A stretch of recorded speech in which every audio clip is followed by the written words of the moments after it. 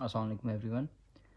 This is Ali Hassan, and today is the second lecture of CSS English essay. In the previous essay, we discussed the essay's overview and the outline, and today we're gonna discuss the introduction and also uh, the important topics for the 2026 and onwards. आज का जो topic है वो बहुत ज़्यादा important specially उन aspirants के लिए जो अपियर होंगे 2026 के अंदर और या फिर ऑनवर्ड्स होंगे। दो चीज़ें जो हम लोगों ने इसमें इंपॉर्टेंट डिस्कस करनी है, एक तो ये कि इंट्रोडक्शन क्या है और किस तरीके से इंट्रोडक्शन को अटेम्प्ट किया जाए, क्योंकि इंट्रोडक्शन ऐसा पार्ट है जिसमें मैक्सिमम स्टूडेंट्स की मिस्टेक्स होती हैं आउटलाइन के बाद। आउटलाइन तो स्टूडेंट्स कुछ गलत करते ही हैं, बट इंट्रोडक्शन ऐसा होता है कि मैक्सिमम स्टूडेंट्स उसमें मिस्टेक कर जाते हैं। बट जो चीज़ें मैं आपको बताऊंगा या जो पॉइंट्स मैं आपको क्लियर करूंगा आज, तो आई होप कि आपका इंट्रोडक्शन का जो पार्ट है वो ठीक जाएगा। उसके बाद अगर इन केस आप उसको फॉलो करते हैं सही तरीके से, तो सेकंड हम जो इंपॉर्टेंट चीज़ डिस्कस करनी है वो हम लोग ये करने के इंपॉर्टेंट टॉपिक्स क्या हैं 2026 के अंदर। मैं कुछ थीम्स आप लोगों को बताऊंगा, थीम्स आप लोगों से शेयर करूंगा। और believe me or not, this video is gonna stay on the YouTube और on the Facebook as well. And बाद में जब पेपर्स के बाद आप ये चेक करेंगे तो आपको ख़ुद भी यकीन हो जाएगा कि ये कितनी इंपॉर्टेंट थीम्स हैं। इनमें से आई होप कि 3 से 4 थीम्स तो आएंगी। So without wasting any more time we can start it now.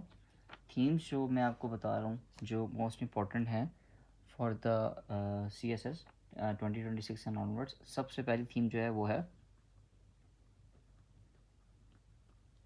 AI। AI as you know like it's an artificial intelligence और बहुत ज़्यादा इंपॉर्टेंट थीम है ये। 2023 में भी आ चुका है, 2022 में भी आ चुका है और 2026 में इसके मैक्सिमम चांसेस हैं, लाइक ऑलमोस्ट 90-95% के चांसेस हैं। And when it comes to the theme, तो ये नहीं कि आप AI के बारे में एक जनरलाइज वो करें।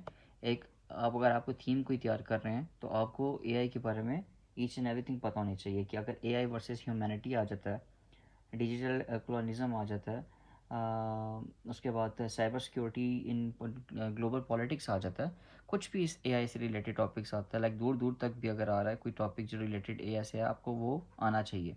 थीम आप लोग इस तरीके से तैयार करेंगे कि एग्जामिनर कुछ भी सवाल पूछ ले तो आपके पास उस टाइम पे ब्रेनस्टॉर्मिंग आप लोग करो, और आप लोग इस तरीके से ब्रेनस्टॉर्मिंग करो कि आपको उसके बारे में सारी की सारी आउटलाइन आप with in half an hour बना लो और आप ऐसे अपना स्टार्ट कर दो। तो इस तरीके से आपने थीम्स तैयार करनी है। आपने टॉपिक्स तैयार नहीं करने, आपने थीम्स तैयार करनी है। अगर आप 3 या 4 थीम्स भी तैयार करते हो, लेकिन वो आपकी इतनी स्ट्रांग होनी चाहिए कि उसके मुताबिक उसके रिलेटेड कोई भी ऐसे आ जाए तो आप PMS या CSS में अटैम्प्ट कर सकते हो। और अगर ये CSS या PMS के अलावा भी अगर आप कोई नेशनल लेवल पे एग्ज़ाम्स दे रहे हो या फिर कोई अगर आपके स्कूल कॉलेज या यूनिवर्सिटी के कोई एग्ज़ाम्स वगैरह हैं, तो आप इस तरीके से थीम तैयार करो कि आपको उसके बारे में ईच एंड एवरीथिंग पता हो, pros cons and challenges, future aspects जो भी होते हैं सारे के सारे आपको सब कुछ पता होना चाहिए। The second most important topic I would say is globalization. Globalization बहुत ज़्यादा इंपॉर्टेंट टॉपिक है, ऑलरेडी काफ़ी दफ़ा आ चुका है पहले भी पास्ट पेपर में। जिस तरह आप लोग देखेंगे तो आप लोगों को काफ़ी जगहों पे नज़र आएगा ग्लोबलाइजेशन से रिलेटेड जो एसेज हैं वो काफ़ी ज़्यादा आ चुके हैं। तो AI के बाद आपने सेकंड जो प्रायोरिटी पे अपना रखना है वो है मोस्ट इम्पॉर्टेंट, वो है globalization. Third would be education. Education जो है वो ऑलरेडी 2025 में भी आ चुका है, लेकिन इस दफ़ा भी इसके आने के बहुत चांसेस हैं। There is so much going on in the education sector.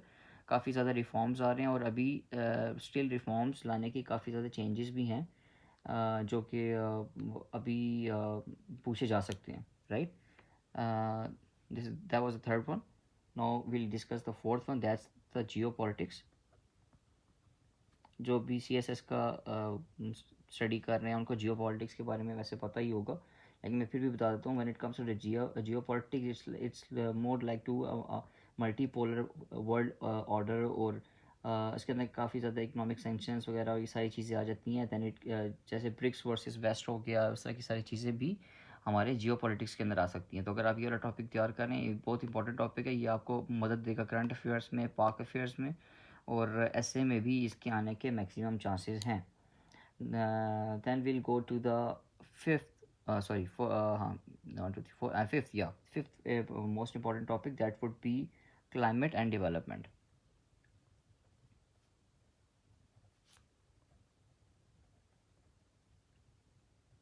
Again इसके आने के काफ़ी ज़्यादा चांसेस हैं। क्लाइमेट के अंदर जो आप लोगों को पता है कि काफ़ी ज़्यादा चेंजेस आ रहे हैं। 2025 के अंदर जीके के पेपर में क्लाइमेट से रिलेटेड बहुत क्वेश्चंस थे। उसके अलावा करंट अफेयर्स में, पाक अफेयर्स में आई थिंक भी आ चुका है इसका क्वेश्चन क्लाइमेट से रिलेटेड। तो क्लाइमेट जो है बहुत इंपॉर्टेंट टॉपिक है जीके के हिसाब से, करंट अफेयर्स के हिसाब से, पाक अफेयर्स के हिसाब से, और ऐसे में इस दफ़ा मैक्सिमम चांसेस हैं क्लाइमेट एंड डेवलपमेंट के आने के। Okay, and then we'll go to the sixth most important topic. That would be your gender and social injustice. Okay, again, that is one of the most important topic in for the CSS. ना सिर्फ ऐसे में बल्कि also social justice की बात की जाए तो इस्लामियात में भी इससे रिलेटेड क्वेश्चन आ चुका है। और जेंडर स्टडीज़ का पेपर जो है that is one of the most scoring subject in the CSS overall. मैंने देखा है कि स्टूडेंट्स ने 80+ मार्क्स भी लिए हैं इसके अंदर, 80-85 मार्क्स भी उनके आ जाते होते हैं। तो इन केस अगर आप ये इसको हर तरीके से तैयार करते हो तो आप अपना जेंडर स्टडीज़ का पेपर भी आसानी से इसमें से हल कर सकते हो। आपको फैक्ट्स एंड फिगर्स पता होने चाहिए, जो रिपोर्ट्स आ रही हैं पूरी दुनिया की, जो रिपोर्ट्स वगैरह होती हैं, सर्वेस वगैरह होते हैं, वो अगर आपको आते हैं तो आप बहुत आसानी से ऐसे भी कर लोगे और उसके अलावा जेंडर स्टडीज़ का पेपर भी इसमें से सॉल्व कर लोगे।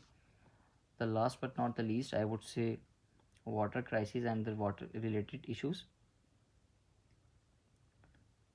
आपको पता ही है ऑलरेडी अभी डैम से रिलेटेड और भी उसके अलावा फ्लड्स वगैरह की जो सिचुएशन है एंड ऑल दैट, वो भी, और वाटर क्राइसिस वैसे भी जो पाकिस्तान में और ओवरऑल द वर्ल्ड चल रहे हैं, और जो वॉर्स के एक्सपेक्टेशंस भी है इसके ऊपर, तो that is one of the most important topic as well.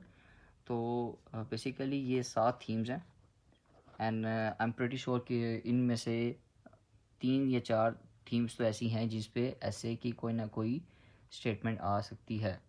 So this video is gonna stay on the Facebook and YouTube as well, and soon you, after the exams, whenever you'll open it, you're gonna see the इसमें से इन 7 themes के अंदर से कोई ना कोई ऐसे आया है। तो ये तो हमारी वीडियो का पार्ट 1 कंप्लीट हो गया कि मैंने जो बताया था आपको वीडियो के शुरू में कि हम लोग डिस्कस करेंगे कि क्या इंपॉर्टेंट टॉपिक्स हैं या क्या इंपॉर्टेंट थीम्स हैं जो आपको किसी भी सूरत में छोड़नी नहीं चाहिए। और ये वो थीम्स हैं जो आपको करंट अफेयर्स, पाक अफेयर्स, पॉलिटिकल साइंस, आईआर के अंदर भी हेल्प करेंगी, और बाकी सब्जेक्ट्स में भी कुछ ना कुछ, जीके में भी और बाकी सब्जेक्ट्स में भी आपको इसमें हेल्प आउट मिलेगा। But specifically when it comes to the English essay, तो ये बहुत ज़्यादा इंपॉर्टेंट थीम्स हैं, और आई वुड सजेस्ट कि आप इनमें से एक थीम भी ना छोड़ें in case you are preparing for the 2026 and onwards, right? Okay, now comes to the second part. Now we'll discuss the introduction. In the previous video we discussed कि outline कैसे बनाई जाती है। एक ओवरव्यू मैंने दिया था आउटलाइन के बारे में। इन केस आपने अगर वो मिस कर दिया तो आप जाके वो देख सकते हैं। And if you have any queries or questions, you can ask me in the comment section as well. So introduction के बारे में आप ये सिंपल सी बात आप जहन में ये रखें कि इंट्रोडक्शन सिर्फ 3 चीज़ों के बेस पे बनाया जाता है। जब भी ऐसे आप लिखते हैं वो उसके अंदर 3 चीज़ें होती हैं।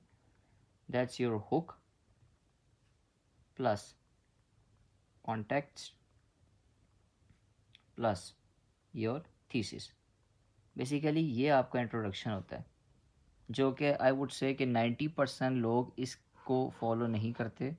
जब एग्जामिनर उनका क्वेश्चन उनका आंसर शीट उनकी पढ़ना शुरू करता है, आउटलाइन के बाद जब इंट्रोडक्शन में आता है, इसमें से कुछ ना कुछ चीज़ उनकी मिसिंग होगी।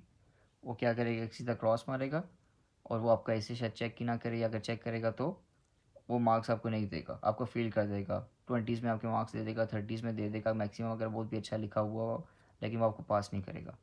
अगर आपका इंट्रोडक्शन ठीक नहीं है तो आपका ऐसे की कोई बुनियाद नहीं है, या आप उसको लाइक मेरा नहीं ख्याल कि वो उसको आप जो है वो अगर प्रेजेंटेबल है या प्रेजेंट करने के काबिल है। तो इंट्रोडक्शन के अंदर 3 चीज़ें मेन ही हैं। अगर हम लोग स्टेप्स वाइज अगर इसके ऊपर आए तो फर्स्ट स्टेप आई वुड से कि होता है कि like you should be you should start your essay with a hook. Start your essay with a hook, right? तो बेसिकली क्या होता है स्टार्ट यू ऐसे विद अ हुक का मतलब ये है कि आप कोई ना कोई कोटेशन ऐसी दें या कोई इस तरह की स्ट्रॉन्ग आप वर्ड्स बोलें, किसी का कोट लगा दें या किसी का कोई ना कोई ऐसे वर्ड्स आप बताएं ऐसे ऐसे वाले को कि यार आप एग्जामिनर को बेसिकली आपको समझाना पड़ता है, एग्जामिनर खुद पढ़ने में इंटरेस्टेड नहीं होता। तो आपको जिस तरह हम लोग जैसे मूवीज़ वगैरह भी देखते हैं तो हमें कुछ ना कुछ ऐसी इंटरेस्टिंग उसमें चीज़ चाहिए होती है कि हमारा इंटरेस्ट उसमें डेवलप हो। तो बेसिकली यार जो जिस के थके आ रहे हैं जिस तरह लोग अपना ऐसे स्टार्ट कर देते हैं तो एग्जामिनर को क्या ज़रूरत पड़ी हुई है या क्या उसको वो ऐसा है कि वो आपके ऐसे में इंटरेस्टेड होगा, राइट? सो आप ऐसे कोटेशन या कुछ तरह करें कि उसकी जो नज़र है वो ग्रैब आप करें और उसके उसका जो है ना वो सारा का सारा बेसिकली जो आप उसकी अटेंशन है वो ग्रैब कर रहे हैं। तो that's the first step. Second I would से कि गिव कॉन्टेक्स्ट, राइट? जो कंटेक्स्ट की बात हो रही है, जो ऐसे की थीम है, जो ऐसे का टॉपिक है, आप उसके बारे में बताएं।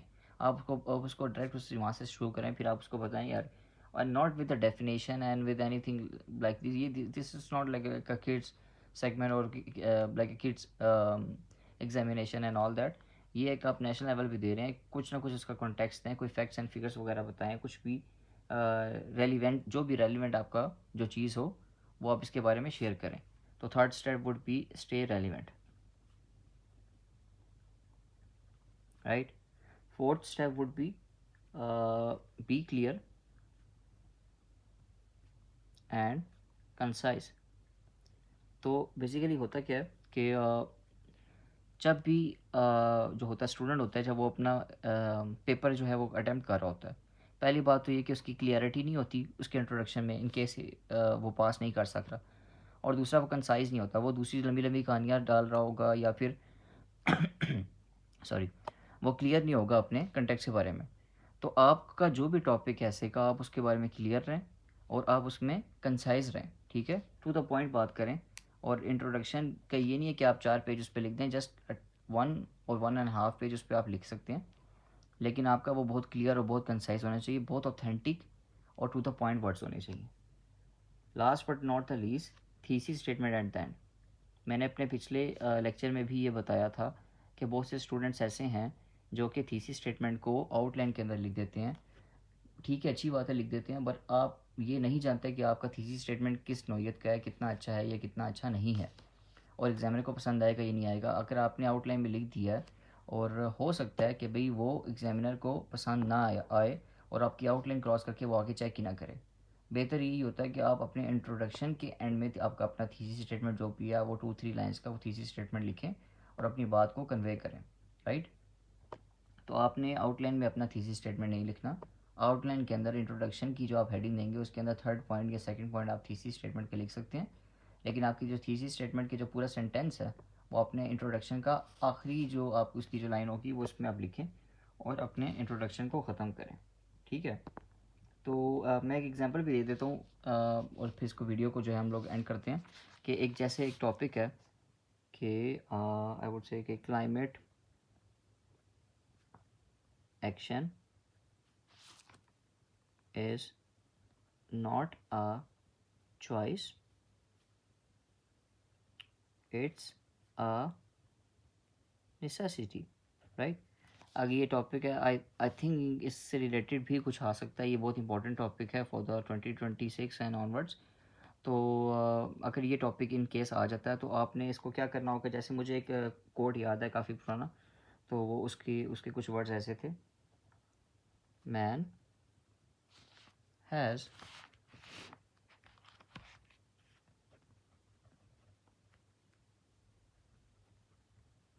forgotten that he is a guest of nature, not his master. ये बहुत ही ऑथेंटिक और ऐसा कोड है कि आप कोई क्लाइमेट से रिलेटेड कहीं पर भी कुछ आ सकता है कि टॉपिक, तो आप ये अपना कोड उसके अंदर लिख सकते हैं। बहुत लाइक ऑथेंटिक और बहुत ही like I would say golden words हैं। तो ये आप कोटेशन याद कर सकते हैं, और उसको अगर क्लाइमेट से रिलेटेड आ सकता है तो आप ये वाला कोड कर सकते हैं। Then you just start your introduction with the words like today the accelerating threads and all that. इस तरह के कोई भी आप अपने वर्ड्स के साथ फिर जो है अपना इंट्रोडक्शन शुरू करें।